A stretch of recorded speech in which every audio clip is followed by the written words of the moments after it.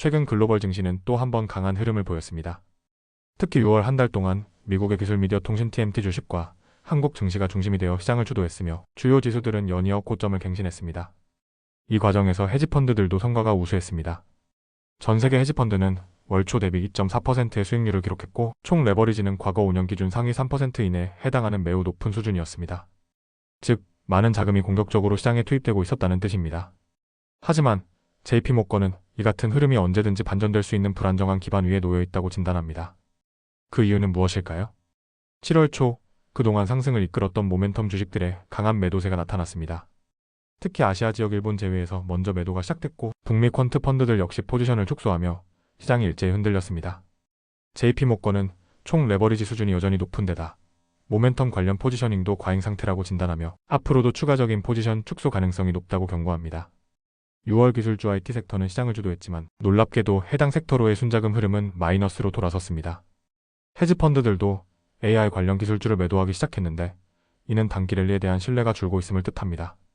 반면 소형 줄어설 이천는 여전히 포지셔닝이 중립이거나 낮은 수준으로 언더독 상태에 머물러 있습니다. 하지만 그만큼 반등 여지도 있는 구간일 수 있다는 점에서 시장의 관심이 점차 이동할 가능성도 있습니다. 공매도 비중이 높은 주식들이 일부 급등하고 있지만 JP모건은 이를 대규모 숏커버링의 결과로 보기엔 이르다고 판단합니다. 지금의 상승은 특정 주식보다는 전반적인 위험 선호 팩터의 흐름과 더 관련이 있다는 분석입니다. 다만 시장이 더 오르고 상승세가 확산될 경우 향후 진짜 숏커버링 랠리가 터질 수도 있습니다. 최근 헤지펀드가 가장 많이 순매수한 섹터 중 하나는 은행주입니다.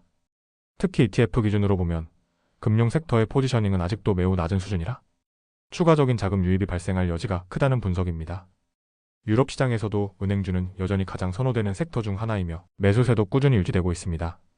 유럽에서 자본재 섹터는 2018년 이후 가장 높은 순매수 수준을 기록했습니다. 미국도 자본재 ETF로 자금 유입이 본격화되고 있으며 헤지펀드들의 순 포지셔닝도 12개월 내 최고치로 올라왔습니다. 일본과 아시아 일본 제외 지역에서도 자본재 섹터에 대한 투자 선호도는 뚜렷하며 실제로 가장 많이 매수된 섹터 중 하나로 나타나고 있습니다. 일본 시장에 대한 투자 심리는 점차 회복되고 있습니다. CTA 상품 거래자문사의 일본 주식 포지셔닝은 72% 마이너스 타일까지 회복됐으며 반도체, 자동차, 금융 등의 주요 섹터에도 매수세가 유입되고 있습니다. 하지만 아직까지는 중립 수준의 포지셔닝으로 추세가 확실히 이어질지는 단기 경제지표 및 글로벌 리스크 요인에 달려 있습니다. 6월에도 한국을 포함한 일본 제외 아시아 시장의 XJ의 주가는 상승했지만 헤지펀드들의 자금 흐름은 마이너스를 기록했습니다. 특히 한국 시장은 빠르게 상승한 만큼 차익 실현과 포지션 정산이 동시에 나타났고 이로 인해 일시적으로 외국인 매도세가 강화됐습니다.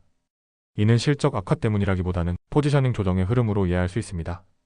JP모건은 지금의 시장을 강세장이지만 구조적으로 취약한 기반 위에 서 있다고 평가합니다.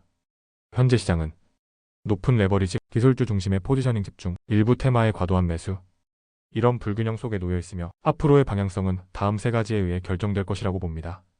거시경제지표 흐름, 연준의 금리 스탠스 변화, 2분기 기업 실적.